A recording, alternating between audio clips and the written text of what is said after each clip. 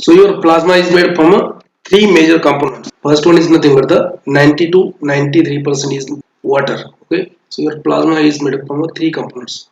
92% water, 7 to 8% will be solid content, and remaining will be gases. So in the solid content, you are having your plasma is having organic substances and inorganic substances, right? So in the organic substances, you have different plasma proteins, okay, albumin, globulins, fibrinogen, and etc. So out of that, albumin is the most abundant one. 99% drugs binds to albumin. It is a binding site for drugs. Also, it serves as a buffer in the plasma or blood. So एक question ऐसा भी आया था, the most important buffer of your plasma.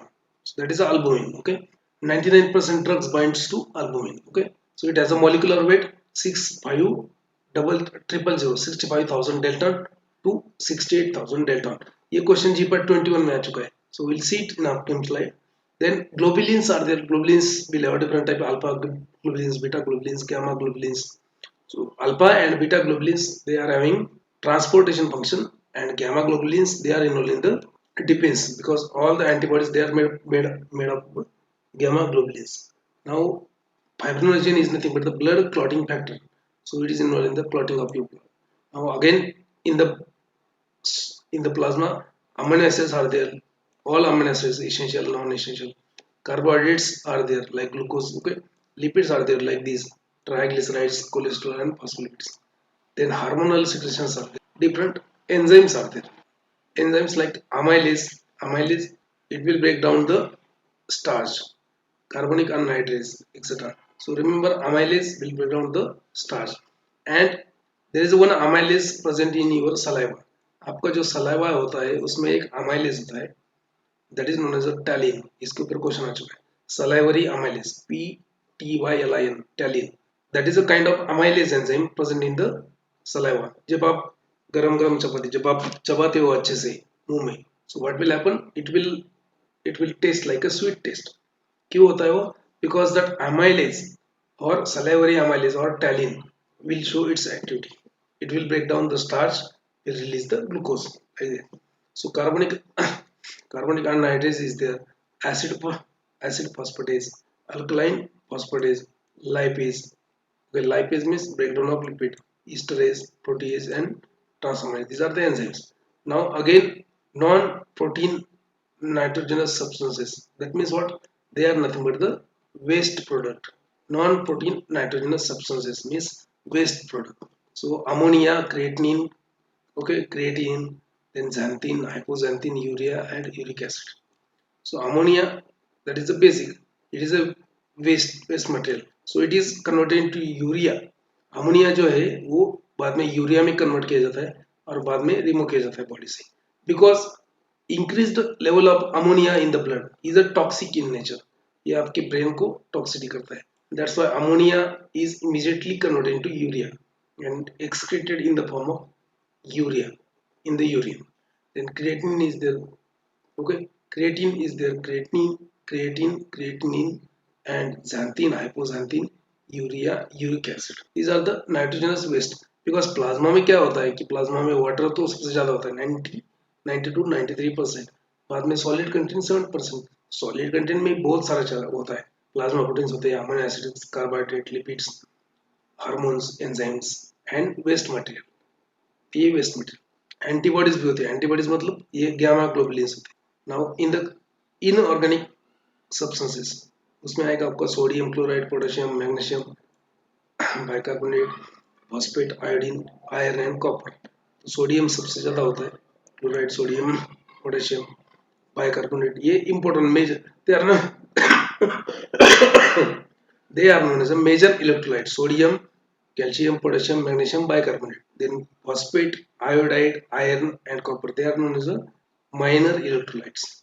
Okay, now dissolved gases in the plasma. So these are the dissolved gases like oxygen is there, carbon dioxide is there, nitrogen is there. So mostly oxygen and carbon dioxide ये होता है, nitrogen कम amount में होता है. So this is the components of plasma. ये components important है. आपके यहाँ पे एक दो क्वेश्चन कवर हो जाएंगे 100%. मैंने इतना इन्फॉर्मेशन बोल दिया आपको कि वो वाला एक what is the molecular weight of albumin, वो बाद में भी आएगा आपको. 99% ना ड्रग्स बाइंड टू अल्बुमिन, वो एक क्वेश्चन आ चुका है। Albumin is the largest buffer in the your human body. So उसके ऊपर एक क्वेश्चन आ चुका है। Globulin alpha beta globulin transport function होता है उनका, gamma globulin they are defence function, मतलब एंटीबॉडीज होती है। फाइब्रिनोजेन क्या है? It is required for blood clotting. Now some pH values of your fluids, ठीक है, आपके बॉडी में जितने फ्लूइड्स है उसकी पीएच वैल्यू आपको मालूम है। सो pH values of your body fluids. So what is the pH of your gastric juice? So gastric juice means what? Gastric juice will have a hydrochloric acid. So what is the pH? pH is nothing but the 1 to, so normal range कितना होता है gastric acid के pH का? 1 to 3. So you have to remember this. So gastric pH will have 1 to 3. Then lemon juice will have 2.3, vinegar 3.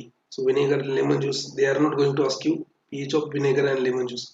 तो इसका pH नहीं पूछेंगे exam में, बट गैस्ट्रिक जूस का pH पूछ सकते हैं। सो 1.2 to 3.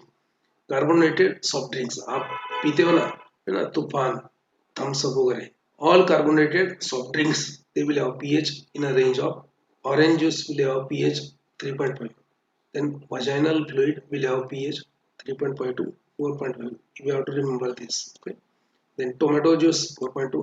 CSF or cerebrospinal fluid will have pH 7.4. You have to remember this. Pancreatic juice, again pancreatic juice will have pH in range of 7.1 to 8.2. ये basic होता है, ठीक है, you have to remember. Bile और bile acids और gall bladder juice, so it will have pH in a range of 7.6 to 8.6. so whatever gallbladder is there, so in that you have bile. gallbladder जो होता है आपका, उसमें क्या होता है? बाइल होता है। gallbladder को ये छोटा पित्ताशय बोलते हैं, पैंक्रियास को बड़ा पित्ताशय बोलते हैं। now coffee will have pH of 5, urine will have pH of 6 point, urine will have pH of 4.6 to 8. saliva का pH एक बार पूछा है एग्जाम में, what is the pH of your saliva? So what is pH? Saliva will have pH of 6.35 to 8.5. You have to remember pH important है। Then milk का pH आपको नहीं पूछेंगे, it is 6.8. Milk is having pH of 6.8. Distilled water का होता है 7. Distilled water का कितना pH होता है? 7. Distilled water has a neutral pH. यहाँ पे आप एक साइड में लिख लो, the most accurate method for measurement of purity of water. Most accurate method for measurement of purity of water कौन सा होता है? Write down, it is a conductivity method. Most accurate method for measurement of purity of water कौन सा method है? Conductivity method. So when will see the parenteral products, in that you will have water for injection, sterile water for injection, sterile water for irrigation. So in that different monographs of USP waters, so in that you have specifications. So कितना conductivity होना चाहिए उसका 1.3 microsecond पर, तब वो बाद में बोलेंगे। Now what is the pH of your blood? So pH of your blood is around 7.35 to 7.45.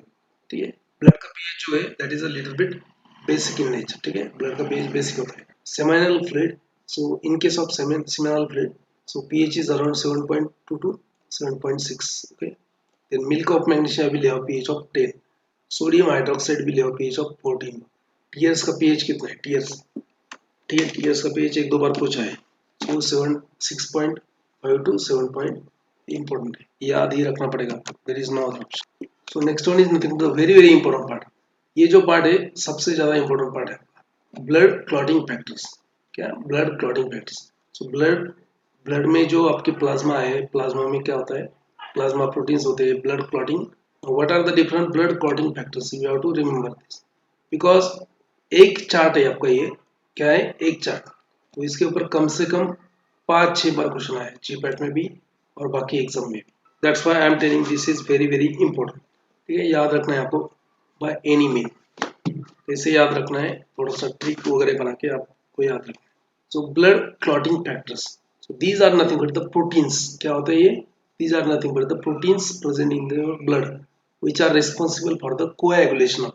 तो जब आपको कोई इंजरी होता है, जैसे यहाँ पर नस काट ली, होता है ना कि नहीं मैं तेरे बिना जी नहीं सकता, तो नस काट लेता है। नस काट लेता है तो क्या होता है? कुछ टाइम के लिए उसका ब्लीडिंग हो जाता है, बाद में वहाँ पे क्लॉटिंग हो जाता है, तो मरता नहीं, लेकिन अगर जल्दी हॉस्पिटलाइज किया तो. So that coagulation of blood is brought about by blood clotting factors. So what are the different blood clotting factors? इसके ऊपर कम से कम 5-6 बार क्वेश्चन आया, 5-6 बार क्वेश्चन आ चुका है. So blood clotting factor, factor number 1, factor number 1 is known as a fibrinogen. Factor number 1 क्या है? Fibrinogen. Okay, आपको याद रखना है. Factor number 1 is a fibrinogen. Factor number 2 is a prothrombin. Factor number 2 is a prothrombin. आप बोलेंगे ये क्या चल रहा है? So all these are the names of protein. ये क्या है? Proteins है. They are known as a clotting factors, blood clotting factors. Blood clotting factors. They are important for cessation of blood, cessation of bleeding. अगर आपका bleeding हुआ है तो stop करने वाले कौन है? Blood clotting factors. So factor number 1 is known as a fibrinogen. Factor number 2 is known as a prothrombin. आवाज येत आहे का सगळ्यांना? Am I audible? Factor number 3 is known as a tissue factor. Factor number 3 क्या है? Tissue factor. It is also known as a thromboplastin. Factor number 3 tissue factor और thromboplastin. तो देखो FP फंडामेंटल फार्मेसी, F मतलब क्या? Fibrinogen. Factor number 1 fibrinogen, तो factor number 2 prothrombin. तो इसके ऊपर क्वेश्चन आ चुका है. What is factor number 2? Question different type से आता है. जैसे ब्लड क्लॉटिंग फैक्टर नंबर 2 क्या है? उसका आंसर प्रोथ्रोम्बिन. या फिर आप अलग टाइप से भी पूछेंगे. Prothrombin is a blood clotting factor number. नीचे ऑप्शन में आएंगे 2, 3, 4, 5, 6, 7. So you have to remember. Factor number 2 is a prothrombin. Factor number 1 is a fibrinogen. Now factor number 3 is known as a tissue factor or thromboplastin. Very very important. Okay. Then factor number 4. Factor number 4 is a calcium. इसके ऊपर 2 बार question है. So what is factor number 4? Factor number 4 or blood clotting factor number 4 is known as a calcium or inorganic calcium. तो इसके ऊपर question आ चुका है, इसके ऊपर क्वेश्चन आ चुका है, और ये पहला वाला जो है इसके ऊपर भी क्वेश्चन आ चुका है. ये हो गए 3 बार. ठीक है. Now factor number 5 is known as a labile factor और प्रो एक्सेलरी और AC globulin. So factor number 4 क्या है? लेबाइल फैक्टर, प्रो एक्सेलरी और AC globulin. Now factor number 7. Factor number 7 is known as a stable factor और proconvertin. Factor number 7. आप बोलेंगे sir factor number 6. Factor number 6 होता ही नहीं. ठीक है. सो 5 के बाद डायरेक्टली 7. सो फैक्टर नंबर 6 नहीं होता है. Now factor number 8. Factor number 8 is known as anti haemophilic globulin और एंटी हीमोफिलिक फैक्टर ए. ये जीपैट 2021 में पूछा था. जीपैट 2021 में ये पूछा है क्या? Blood clotting factor number 8 is anti haemophilic factor ए.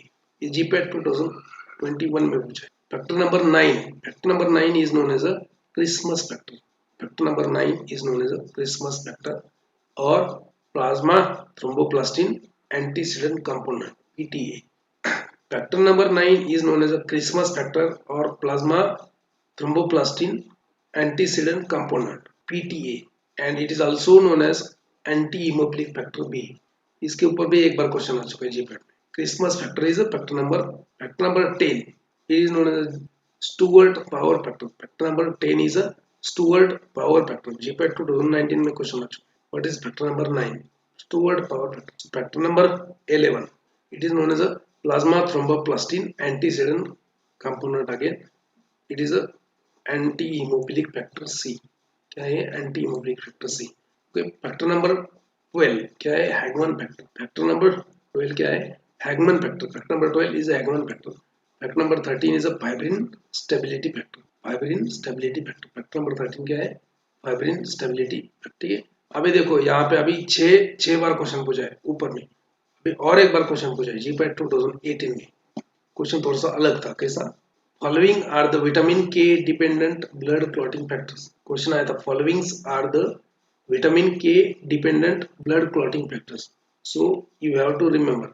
इसमें K vitamin K dependent blood clotting factor कौन से? बोलेंगे सर विटामिन के का क्या रोल है? Okay. So these factors they are synthesised in your liver. ये क्या है कि प्रोटीन्स है. ये कहाँ पे बनते हैं? आपके लीवर में बनते हैं. So these clotting factors all they are biosynthesised in the liver and some of these factor required calcium as a important intermediate or important cofactor for the synthesis of this blood clotting factor. ठीक है.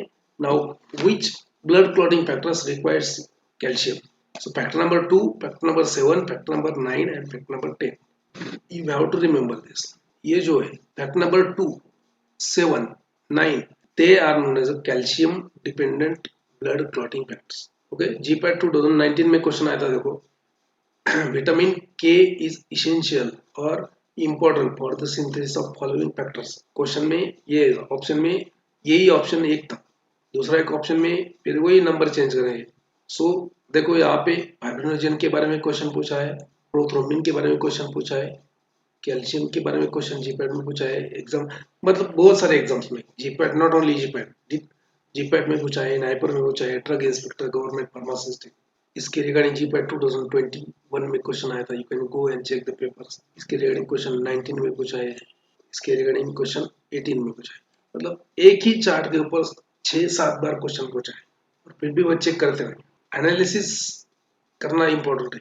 You have to do GPAT paper analysis कि कहाँ से question आ रहे हैं. Previous के paper का analysis नहीं किया तो क्या किया, ठीक है. So you have to remember this pattern, clotting factors. Remember once again. Factor number 1 fibrinogen, factor number 2 prothrombin, factor number 3 tissue factor और thromboplastin, factor number 4 calcium, factor number 5 labile factor और proaccelerin और AC globulin, factor number 6 stable factor और proconvertin, factor number 7 stable factor और proconvertin. Factor number 6 होता नहीं. Factor number 8 it is known as anti haemophilic factor A, GPAT 2021.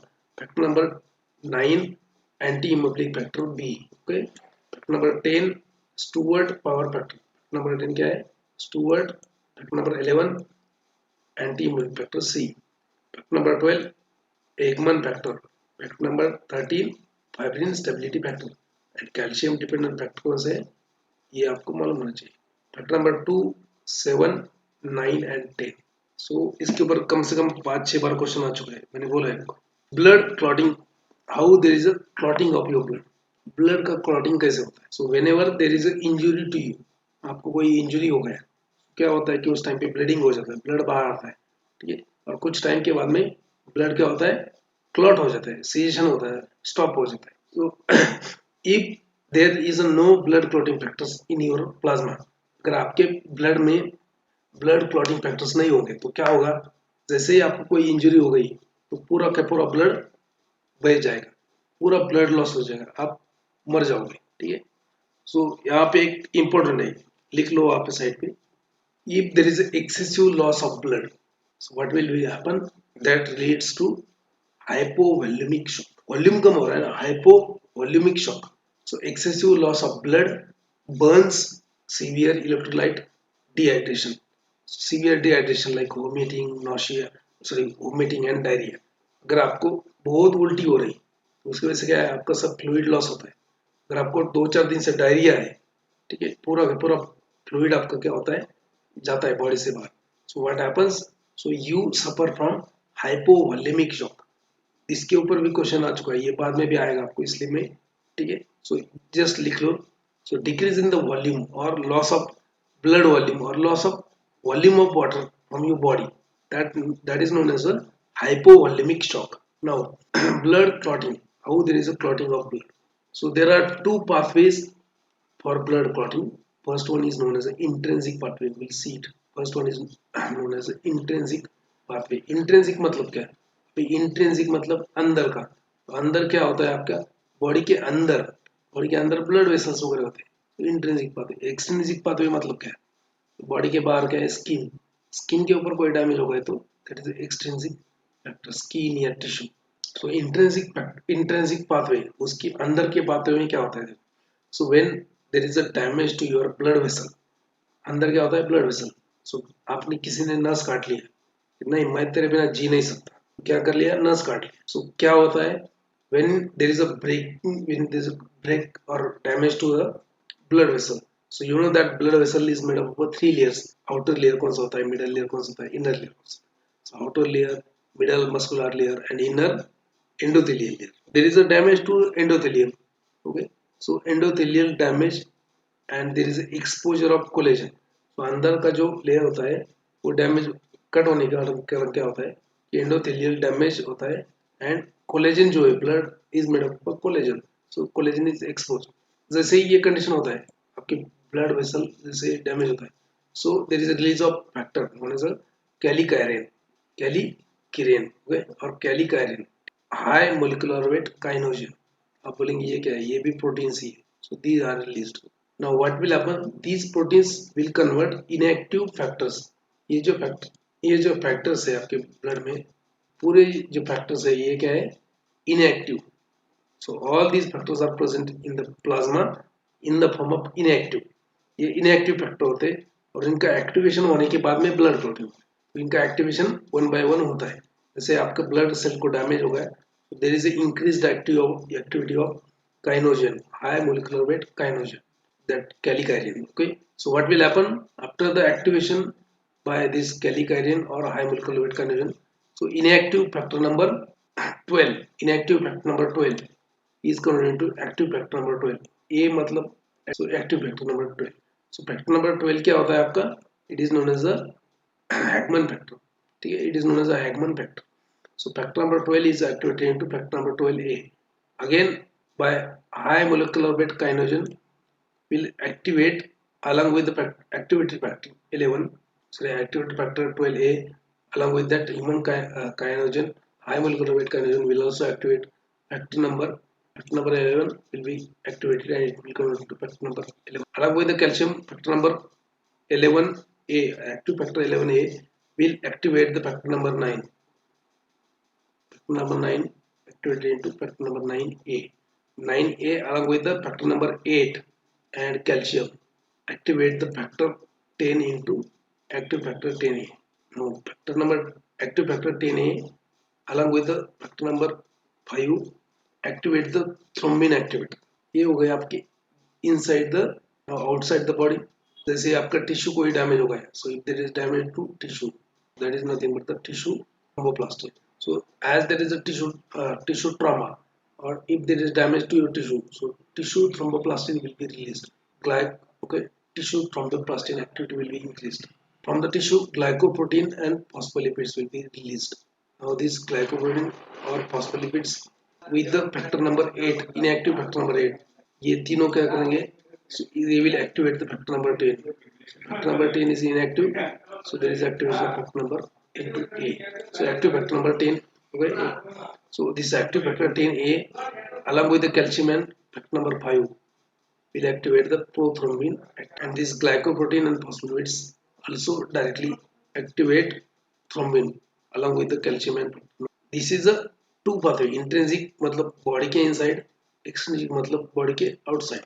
Now they finally activate the prothrombin activator. ठीक है, so prothrombin activator मतलब क्या है? This prothrombin activator they will convert prothrombin into thrombin, prothrombin into thrombin, and this thrombin will catalyze fibrinogen into fibrinogen A. Fibrinogen जो होता है that is inactive और उसको कन्वर्ट करेगा ये फाइब्रिनोजेन ए में. So fibrinogen A is a fibrinogen A it is a soluble in the plasma. Fibrinogen A is a insoluble in plasma. क्या होता है, इनसोल्यूबल होता है. Now there is a polymerisation of this fibrinogen A which will get polymerised and its molecular weight will increase. So there is a loose strand of fibrin, मतलब ये एक कच्चा सा क्लॉट बनाएगा, loose strand of fibrin. This loose strand of fibrin required one factor known as a factor number 13. वो क्या है आपको factor number 13? That is known as a fibrin stability factor. So fibrin stability factor along with the calcium will convert this loose strand into tight strand. So that is a fibrin clot, a tight blood clot. That's how your blood is coagulated. ठीक आहे, blood coagulation समज में आलं का? Blood coagulation समजलं का? नसं समजलं तर परत सांगतो फास्ट क्विकली. समजलं का ब्लड कोएगुलेशन? परत सांगायचं असेल तर सांगा, विचारा, परत एकदा सांगतो. सांगायचंय परत, हेच आहे का परत ते ब्लड कोएगुलेशन? पण तुम्हाला जर हे समजलं नाही तर कोएगुलेंट एंटी कोएगुलेंट समझणार नहीं. So that is a normal physiology. तो ब्लड कैसे क्लॉट होता है आपका? तो ब्लड क्लॉट कैसे होता है? ठीक है, अगर ब्लड क्लॉट ही नहीं हुआ तो क्या होगा, ब्लड आपका पूरा बॉडी में का ब्लड लॉस हो जाएगा and you may die from hypovolaemic shock. So blood clotting process जो होते दो टाइप के होते हैं. Okay, this is a final pathway. जैसे इंट्रिंसिक पाथवे. इंट्रिंसिक पाथवे मतलब क्या, बॉडी के अंदर का पाथवे. बॉडी के अंदर क्या होता है आपके ब्लड वेसल्स। अगर बॉडी के अंदर कोई डैमेज है, so if there is damage to your blood vessel, body के बाहर कोई डैमेज है मतलब आपके टिश्यू को डैमेज हुआ है। इससे होता है ना कि आपका बाहर बाहर किसी ने पत्थर मार दिया आपके सर के ऊपर, तो सर से खून बहता है आपका, that is a tissue. So extrinsic pathway, intrinsic pathway, extrinsic. So in the intrinsic pathway, what will happen if there is a damage to blood vessel? So endothelial layer of blood vessel will be exposed, collagen will be exposed, and at that time activity of these two protein, calcium and high molecular weight kinogen will be increased. Now these two will convert inactive factor number 12, that is known as a Hagman factor, into active factor। ये inactive को active बना देगा। और ये factor number 12 ए, मतलब ये active हो गया। ए का मतलब होता है एक्टिव, देखो यहाँ पे भी ए लिखा है, ए मतलब एक्टिव। ये क्या है, तीनों तीनों चार इनएक्टिव, ठीक है। इनएक्टिव ये ऐसे ब्लड में रहते हैं इनएक्टिव, तो उसका एक्टिवेशन करना जरूरी है। सो एक्टिवेशन कौन करेगा, पहले जैसे एंडोथेलियल वेसल को डैमेज होता है, so kininogen, high molecular weight kininogen and calcium, they activate the factor number 12 into active factor number 12 है। so active factor number 12 cascade होता है, एक के बाद एक के बाद एक का एक्टिवेशन हो जाता है। so there is a series of activation of different blood clotting factors। so this okay, so this factor number 12a will, along with the again human kinogen, sorry, high molecular weight kinogen, will activate the factor number 11। active factor number 11 along with the calcium will activate the inactive factor number 9 to 9a। ये 9 क्या है, Stuart Prower factor और anti haemophilic factor B. 9a along with the calcium and factor number 8 activate the will activate the factor number 10। so 10 inactive रहता है ये, उसका activation हो जाता है 10 will 10a active 10a will activate the prothrombin activator along with the factor एक होता है। और जो एक्सपोज्ड कोलेजन होता है that will also activate the platelets. Platelet मतलब क्या, thrombocytes. There is a release of phospholipids and which also directly activate the prothrombin active. Now अगर आपका टिश्यू डैमेज हुआ है तो उसमें से क्या होता है, tissue trauma, tissue trauma and tissue thromboplastin, tissue thromboplastin, that is a factor, sorry factor number 3 thromboplastin। okay, so that is activated and glycoprotein phospholipids are released due to tissue damage। आपका जो cell है, tissue है, कहाँ कैसे बनता है, phospholipid bilayer से बनता है। so if there is a damage to your tissue, glycoproteins and phospholipids will be released। now these glycoproteins phospholipids along with the factor number 7 activate factor number inactive factor 10, active factor 10a। now this active factor 10a, okay, 10a activate the prothrombin activator along with the calcium and number 8। एक में का मदद करके ही सब activation होता है। And finally prothrombin, once prothrombin activator is activated, so prothrombin will be converted into thrombin।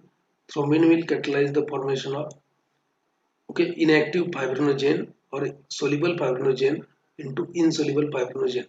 ये insoluble रहता है fibrinogen A, and after that there is a polymerization of fibrinogen A, so it will form a loose strand or threads of these loose strand or threads will be converted into tight fibrin clot। it requires two factors, it requires factor number 13, that is known as the fibrin stability factor, and calcium, and that's how there is a coagulation of blood। ये क्या होगा, blood का clot बन जाएगा। आपका clot बन गया अभी ब्लड का, तो ब्लीडिंग क्या हो जाएगा, खत्म हो जाएगा। तो दैट्स हाउ ब्लड इज। अभी जो एंटीकोएगुलेंट्स वगैरह होते हैं, तो drugs which are used as anticoagulants, तो एंटीकोएगुलेंट्स क्यों यूज करना है अपने को, why we have to use anticoagulants, there is a reason. So क्या रीजन होगा उसका, सिंपल होता है। जैसे मान लीजिए if a patient, if there is a patient and he has a blood clot and where in the coronary artery, what is coronary artery, so coronary artery is the artery which supplies blood to myocardial muscle of your heart.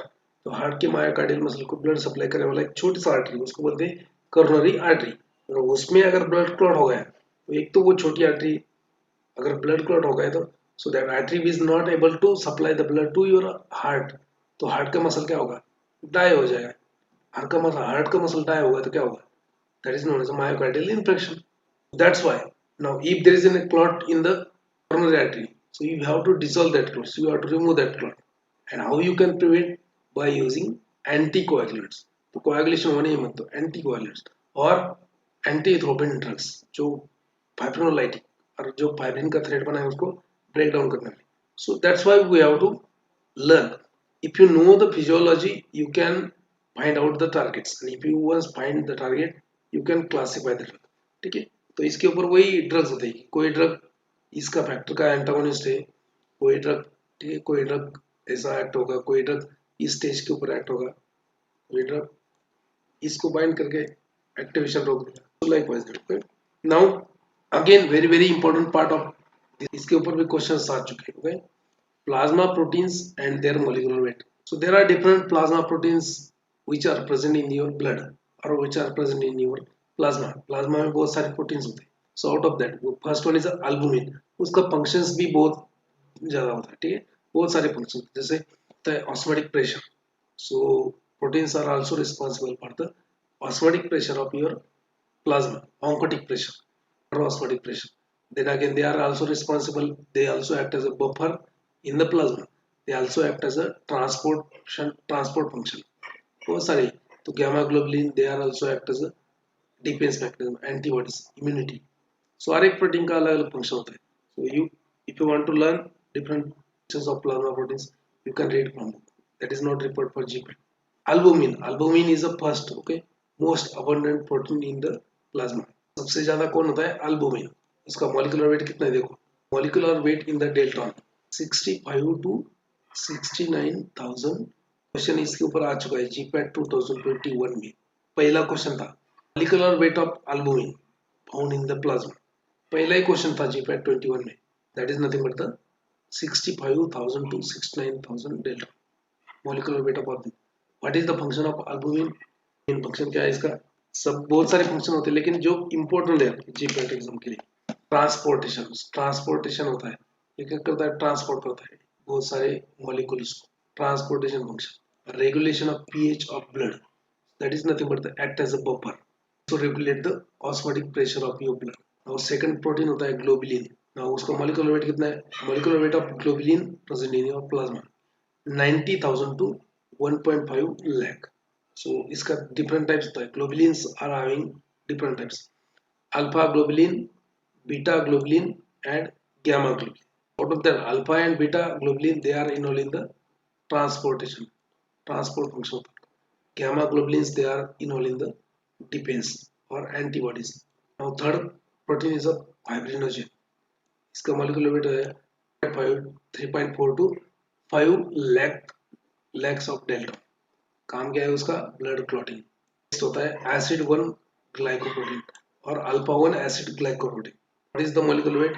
The molecular weight होता है 44,000 delta. It is also known as orosomucoid और is also known as orosomucoid and it is a indicator for acute inflammation. मतलब अगर आपका कोई inflammation हो गया है तो ये acid 1 glycoprotein, alpha 1 acid glycoprotein बढ़ जाएगा body. Alpha 1 globulin molecular weight कितना है इसका? 59,000 dalton. Alpha 2 globulin has a molecular weight of 1.34 okay, और 1,34,000 dalton. Alpha 2 globulin is known as a ceruloplasmin. Remember, इसको बोलेंगे ceruloplasmin and it is a responsible for the transport of iron. Transferrin जो होता है, it is a iron transport protein. Question इसके ऊपर आ चुका है. What is transferrin? Transferrin is nothing but the iron transport. आपका जो भी डाइट में आयरन खाते हो आप, so that is absorb in the systemic circulation. तो जैसे वो एब्सॉर्ब होता है वो फ्री फॉर्म में नहीं रहता.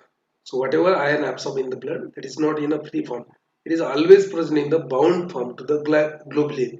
एक ग्लोबुलिन प्रोटीन होता है, उसके साथ में बॉन्ड फॉर्म करके रहता है. मतलब ये अकेला नहीं चलता बॉडी में, ये उसका अफेयर हो जाता है ग्लोबुलिन के साथ, तो उसके साथ में ही रहता है. एंड जैसे ग्लोबुलिन के साथ में आयरन बन गए तो उसको अलग नाम दिया जाता है, इसको बोलते हैं transferrin. Transferrin is nothing but the iron transport protein. इसके ऊपर क्वेश्चन आ चुका है. So alpha dose globulin known as ceruloplasmin responsible. Okay, so it is a iron transport protein. Next आता है लिपोप्रोटीन. लिपोप्रोटीन मतलब क्या है? Lipoprotein means protein plus lipid. Lipoprotein means complexes of lipid plus protein. So in that you have different lipoproteins like high density lipoprotein HDL, low density lipoprotein, very low density lipoprotein chylomicrons. So that we'll see in somewhere else. Okay, उसका molecular weight होता है 2 lakhs to 3.4 lakhs delta. What is the function? Transportation of lipid.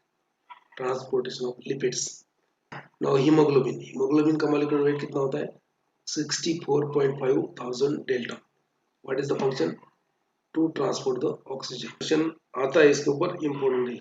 Okay, we'll see the next part. Next part देख लेते हैं. Variations in the plasma protein level. तो plasma protein level body का कम ज्यादा कब होता है? सो जैसे टोटल प्रोटीन, फर्स्ट पैरामीटर क्या है? Total proteins. तो टोटल प्रोटीन्स आपके बॉडी के कब बढ़ेंगे? So total proteins of your body will be increased in first condition हाइपर प्रोटीनेमिया. हाइपर मतलब ज्यादा, प्रोटीन मतलब प्रोटीन, मिया. मिया मतलब इंक्रीज इन द ब्लड. देखो यहाँ पे दो वर्ड आएंगे आपको, मिया. अभी याद रखो एम आई. मिया मतलब क्या है? मिया मतलब ब्लड. जो भी जिसके भी आगे मिया लगा दो तो उसका मतलब होता है कि ब्लड में है.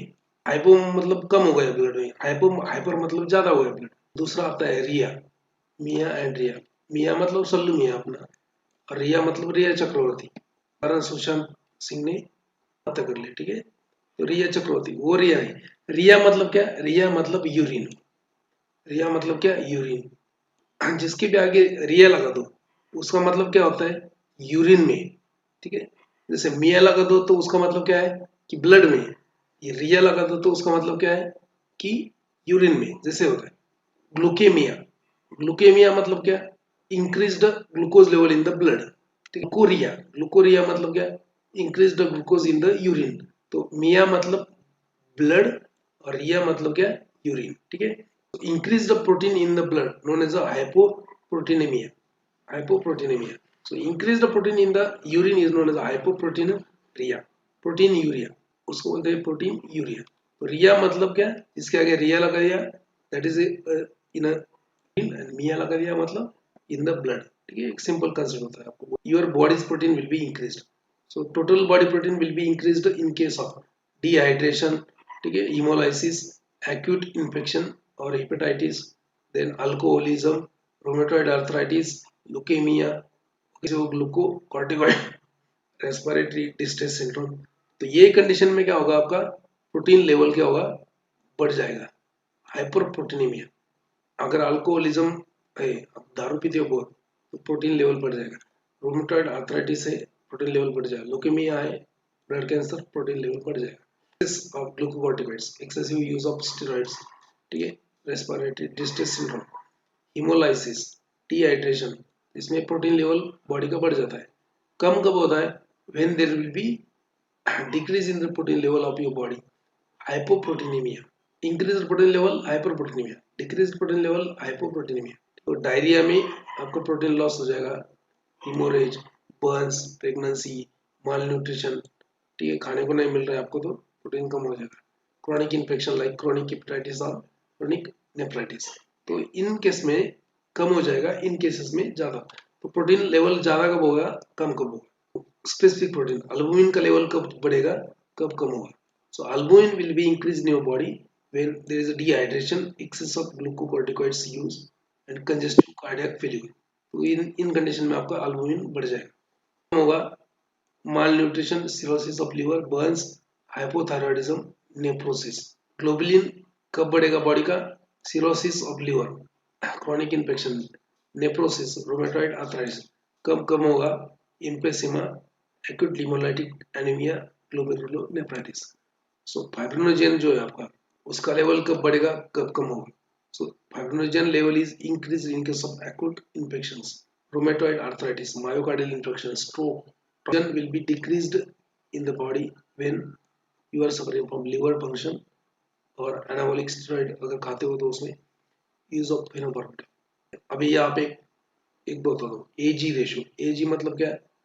वो एजी नहीं, एजी ओजी लोजी सोनोजी मैं हूँ मैं नमोजी, वो वाला एजी ओजी नहीं, ये एजी क्या है, A for albumin, B for globin, so albumin globin ratio, so albumin divided by globin, so albumin globin ratio कितना होता है ये याद रखो, 2:1, 2:1, अल्बुमिन ग्लोबिन रेशो उतना है 2:1, ठीक है। क्वेश्चन आ सकता है बॉडी का अल्बुमिन टू ग्लोबिलिन रेशो कितना होता है 2:1, मतलब 2 बार अल्बुमिन रहेगा तो एक ग्लोबिलिन रहेगा 2:1, so albumin globulin ratio is increased in case of hypothyroidism, excess of glucocorticoids, then this intake of high carbohydrate and protein.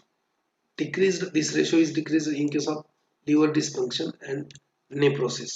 So उसके ऊपर भी कभी क्वेश्चन नहीं आ सकता आपको, लेकिन यू हैव टू रिमेम्बर, आपको मालूम होना चाहिए। इसके ऊपर क्वेश्चन आ चुके हैं। Different types of anaemia, blood disorders, ठीक है, ब्लड के कितने डिसऑर्डर्स है, तो सभी बहुत सारे डिसऑर्डर्स है, थैलेसीमिया और जो जो वो डिफरेंट टाइप्स ऑफ एनीमिया, मिया उनको बहुत पसंद है, मिया सबको पसंद है ना, इसलिए different types of anaemia. What is anaemia? Anaemia क्या होता है? एनीमिया मतलब decrease in the oxygen carrying capacity of your RBC. जो आरबीसी होता है, रेड ब्लड सेल्स, अगर उसका ऑक्सीजन कैरिंग कैपेसिटी जो है वो कम हो गया तो उसको क्या बोलेंगे? Anaemia. So if there is a decrease in the capacity of your RBC to carry oxygen, that is anaemia.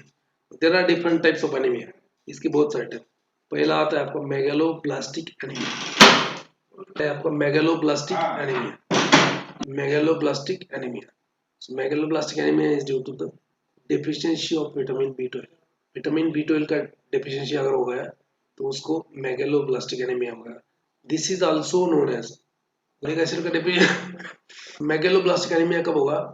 Due to deficiency of vitamin B12 और deficiency of vitamin B9 folic acid।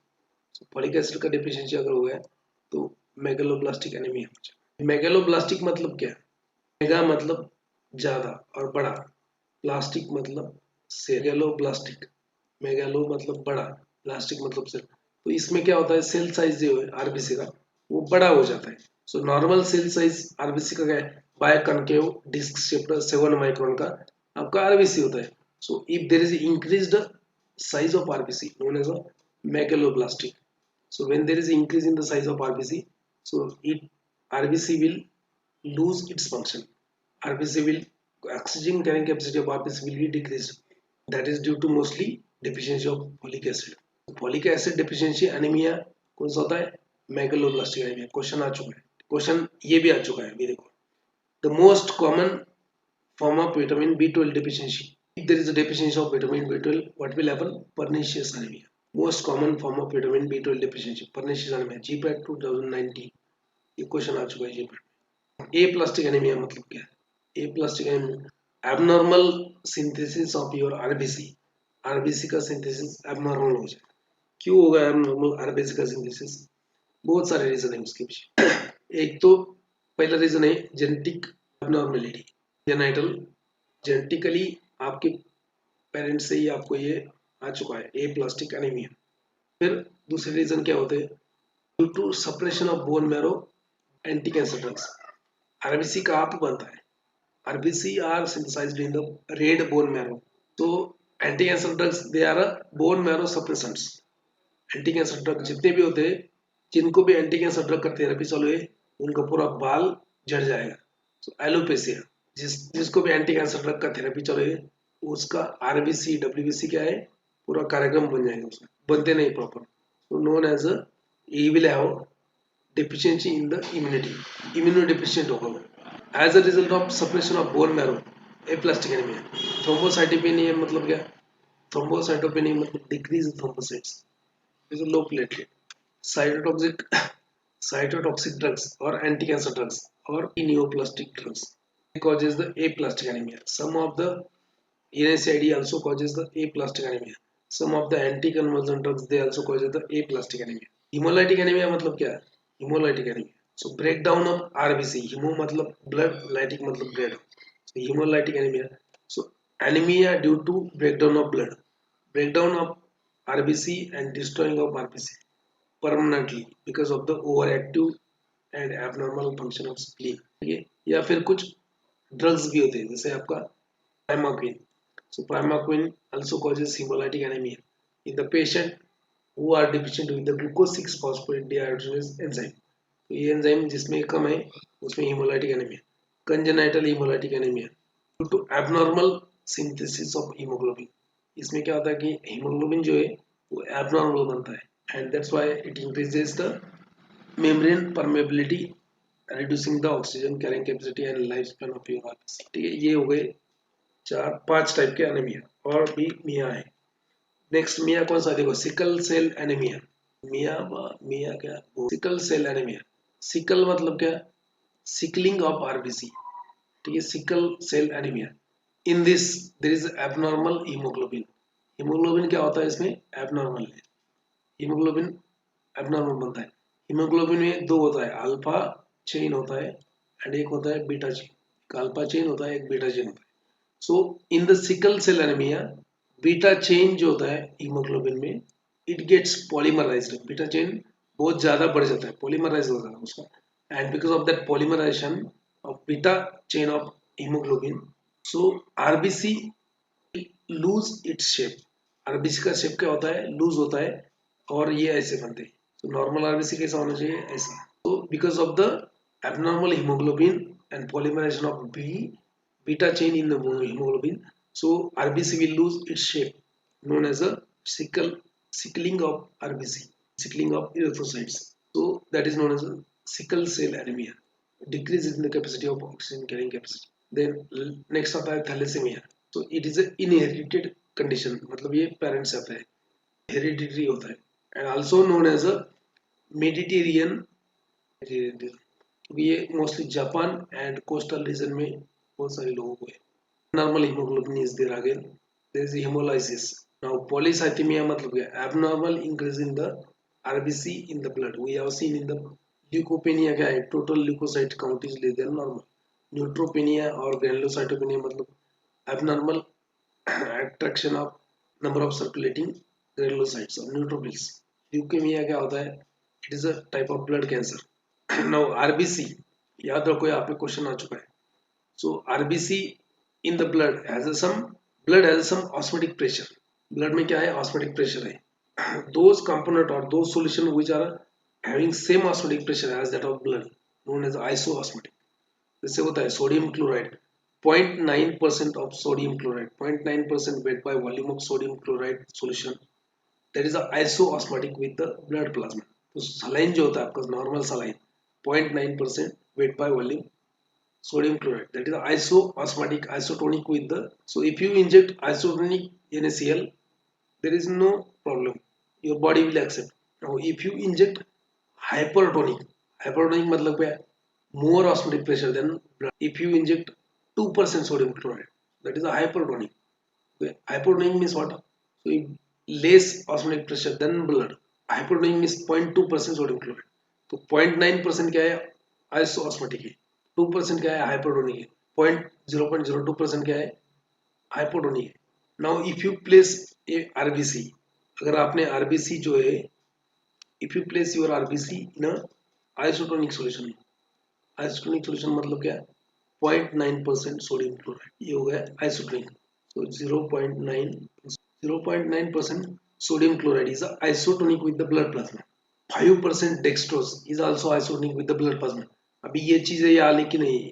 सो आपका ये दायित्व बनता है, आपका ये कार्यक्रम बनता है कि आपने लिख के लेना चाहिए कि मैंने जो बोला है कि 0.9% sodium chloride is isotonic with blood, तो अपने फटक से एक लाइन लिखना है, 5% dextrose is isotonic with blood, तो आपने फटक से एक लाइन लिखना है। क्योंकि लेक्चर में जो बहुत सारा कंटेंट यहाँ पे नहीं रहता है, मेरे माइंड में रहता है, तो वो मैं बोलते रहता हूँ, तो वो उसके ऊपर क्वेश्चन आते हैं, तो आपको लिखना चाहिए। Now if you place RBC isotonic solution, that is a 0.9% weight by volume solution of sodium chloride, so RBC will, the shape of RBC will not be disturbed। तो isoosmotic solution और isotonic solution में RBC का breakdown नहीं होगा। Hypotonic solution मतलब क्या है, hypotonic solution मतलब क्या है, हाइपोटोनिक सॉल्यूशन मतलब solution having more osmotic pressure than hypotonic solution. जैसे आपका यहाँ पे 2% सोडियम क्लोराइड, कितना percent, 2%, that is a hypotonic solution. So if you place RBC in the hypertonic solution, what will happen? RBC जो है उसके अंदर का वाटर क्या आएगा? उसके अंदर का वाटर बाहर निकल के आएगा, and RBC will shrink. So shrinking of RBC, that is known as shrinking of RBC or crenation of cell. So due to exoosmosis. Exoosmosis मतलब क्या? अभी देखो 2% क्लोराइड 2% है, पानी बाकी है 9% सोडियम क्लोराइड आइसोटोनिक है। तो यहाँ पे क्या है, ऑस्मोटिक प्रेशर ज्यादा है 2% सोल्यूशन का, ज्यादा किससे? ब्लड से। तो ब्लड सेल जो है उसको वाटर क्या करेंगे? रिलीज करेंगे, and they will become shrinking of blood cells. Question आता है कि when you place RBC in the hypertonic solution what will happen? Important है, ठीक है। तो in hypertonic solution RBC will lose water and will shrink. Now in case of hypotonic, hypo मतलब क्या? इन case of hypotonic मतलब क्या? जैसे मान लीजिए 0.2% sodium chloride. So if you place RBC in a 0.2% sodium chloride, so what will happen? So 0.2% sodium chloride is a hypoosmotic than blood. यहाँ पे क्या होगा? जो RBC है वो वाटर सक कर लेंगे. So there is a endoosmosis. Endoosmosis means movement of water from hypotonic solution to the RBC, and RBC will become swell. RBC क्या होंगे? स्वेल होंगे, और बाद में क्या होंगे? ब्रस्टिंग होगा उनका। क्वेश्चन आ सकता है आपको यहाँ पे, थोड़ा सा याद रखो, बहुत ही सिंपल है, इतनी सिंपल लैंग्वेज में कोई नहीं बोलता। 0.9% sodium chloride is isoosmotic with the blood. So if you place RBC in the isotonic solution of sodium chloride, so there will be no change in the shape of RBC. Now if you place RBC in the hypertonic, example for example 2% sodium chloride, so what will happen? There is a loosening of water, that is exoosmosis, and your RBC size will be decreased, sinking of RBC, shrinkage of RBC. So if you place RBC in a hypotonic, so what will happen? There is a movement of water from hypotonic solution to the RBC. So swelling of RBC and bursting of RBC is there. How to remember this? By any means.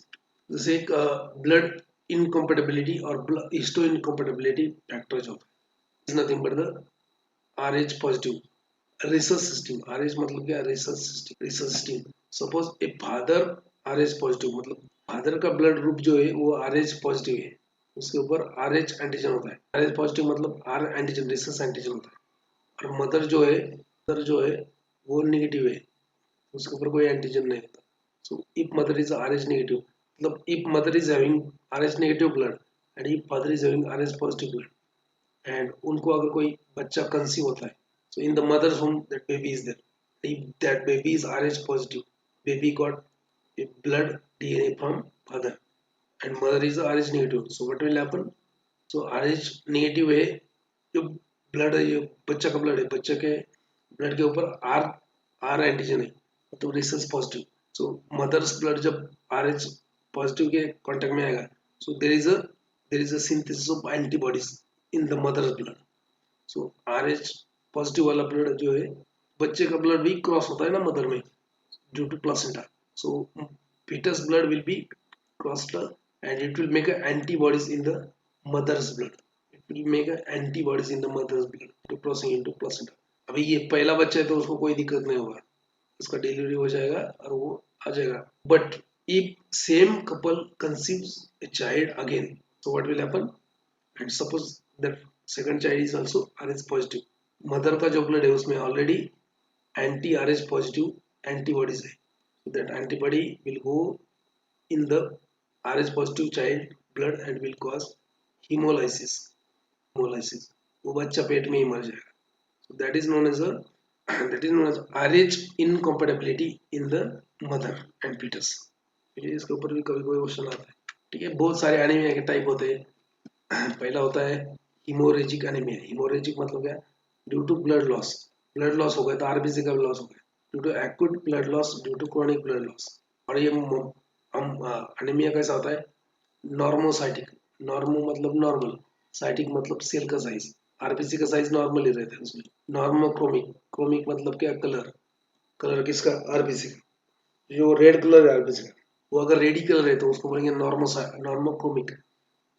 Chronic blood loss, बहुत ज्यादा blood loss हो गए तो उसमें क्या होगा? Microcytic, microcytic मतलब micro मतलब कम, साइटिक मतलब सेल साइज, तो इसमें आरबीसी का साइज कम हो जाएगा। हाइपोक्रोमिक, हाइपो मतलब कम, क्रोमिक मतलब कलर, आरबीसी का कलर भी क्या होगा, डल हो जाएगा। हिमोलाइटिक एनीमिया दूसरा टाइप होता है, हिमोलाइटिक एनीमिया। इसके बहुत सारे दो टाइप होते हैं मेनली। पहला होता है एक्सट्रिंसिक हिमोलाइटिक एनीमिया, दूसरा होता है आपका intrinsic haemolytic anaemia. Intrinsic hemolytic anemia is hereditary. Now, extrinsic hemolytic anemia is due to liver failure or different disease like renal disease, anemic disease, burns, infection, because of the drugs. जैसे मैंने बोला penicillin, antimalarial agents like primaquine and all that. Sulfators, they causes the hemolytic anemia. Poisoning due to lead, coal, tar etcetera. तो ये जो anaemia है haemolytic, तो इसमें क्या होता है, it is a normocytic and normochromic, मतलब सेल उसमें नॉर्मल रहेगा, साइज कलर भी नॉर्मल रहेगा, अब इसका ब्रेकडाउन होगा। ठीक है, इंट्रिंसिक हिमोलाइटिक एनीमिया, इसमें क्या होता है, sickling of cell, sickle cell anaemia जो होता है इसमें सिकलिंग ऑफ सेल साइज कम होता है।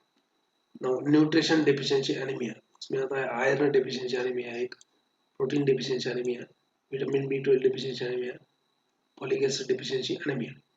So iron deficiency anemia is known as a, write down. Iron deficiency anemia is known as a microcytic anemia. Microcytic anemia. Micro मतलब क्या, कम, sciatic मतलब क्या, सेल का साइज, माइक्रोसाइटिक मतलब क्या, इसमें आरबीसी का साइज क्या होगा, कम होगा। Iron deficiency anaemia is known as microcytic anaemia, question आ चुका है। ठीक है, protein deficiency anaemia is known as macrocytic anaemia, protein deficiency anaemia is known as macrocytic anaemia. Macro मतलब साइज बड़ा हो जाएगा। ठीक है, इन दोनों में भी क्या होता है, हाइपरक्रोमिक, हाइपोक्रोमिक मतलब आरबीसी का कलर जो है वो डल हो जाता है।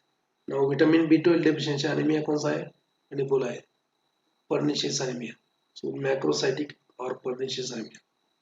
फॉलिक एसिड की डेफिशिएंसी की वजह से क्या होगा, मेगालोब्लास्टिक एनीमिया। बाकी aplastic anaemia that is due to the suppression of bone marrow. GPAT Niper 2024-25 online. We will have lectures on Wednesday, Saturday, Sunday. Lectures will be on a Google Zoom. Lectures will be on a Google Meet. Live lectures will be on a Google Meet. Recorded lectures will also be available in the application. Subject wise, chapter wise session will be taken. Study material will be given in the form of hard copy, and everything is in a 8,000.